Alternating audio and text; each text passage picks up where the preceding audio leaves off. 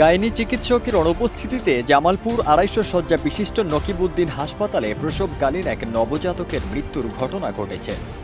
Patient ভর্তি করার পরে গাইনি ডাক্তার ছিল না, পরিবেশও ভালো ছিল না।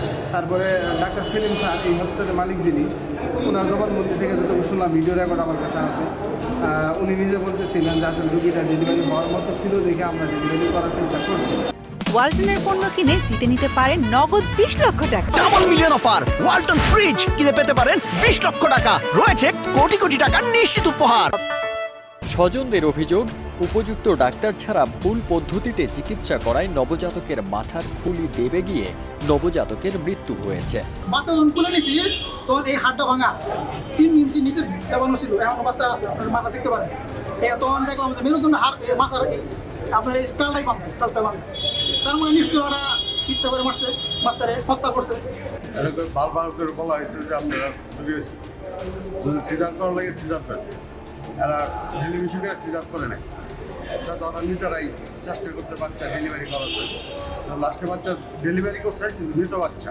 ১৩ নভেম্বর সকালে জামালপুর পৌর এলাকার তেঁতুলিয়া গ্রামের মারুফ হোসেনের স্ত্রী রুম্পা খাতুন প্রথম সন্তান প্রসব ব্যথা নিয়ে শহরের দয়াময়ী মোড়ে বেসরকারি নকিবউদ্দিন হাসপাতালে ভর্তি হন। এ সময় হাসপাতালে কোনো চিকিৎসক উপস্থিতি না থাকায় হাসপাতাল মালিক ডাক্তার সেলিম, নার্স রোকসানা লাবণী সহ স্টাফ আব্দুল মান্নান দুপুর থেকে টানা ৪ ঘন্টা স্বাভাবিক প্রসবের জন্য চেষ্টা করেন। ওটিতে ডাক্তার সেলিম, এই হাসপাতালের পরিচালক মালিক যিনি, ডাক্তার সেলিম, তারপরে নার্স রুকসানা এবং আরেকটা নার্সের নাম হচ্ছে লাবণী, আর এখানে হসপিটালের স্টাফ ছিল মান্নান। তারপরে মান্নান ছেলেটা পেটে উঠে নাকি চাপাচাপি করছে, এটা আমি রুগী মুখ থেকে শুনছি। এদিকে প্রসূতি রুম্পা খাতুনের শারীরিক অবস্থার অবনতি হওয়ায় রাতেই তাকে জামালপুর ২৫০ শয্যার ওই হাসপাতাল থেকে ময়মনসিংহ মেডিকেল কলেজ হাসপাতালে স্থানান্তরের পরামর্শ দেন চিকিৎসকরা। রুগীর এখন অবস্থা এত খারাপ, আমাদের জামালপুর জেনারেল হসপিটাল থেকে বলছে যে রুগীকে এখনই ময়মনসিংহ নেওয়ার জন্য। আমরা ৮টার দিকে রুগীকে এখান থেকে নিয়ে গেছি ময়মনসিংহের দিকে। রুগীর অবস্থা ভালো না।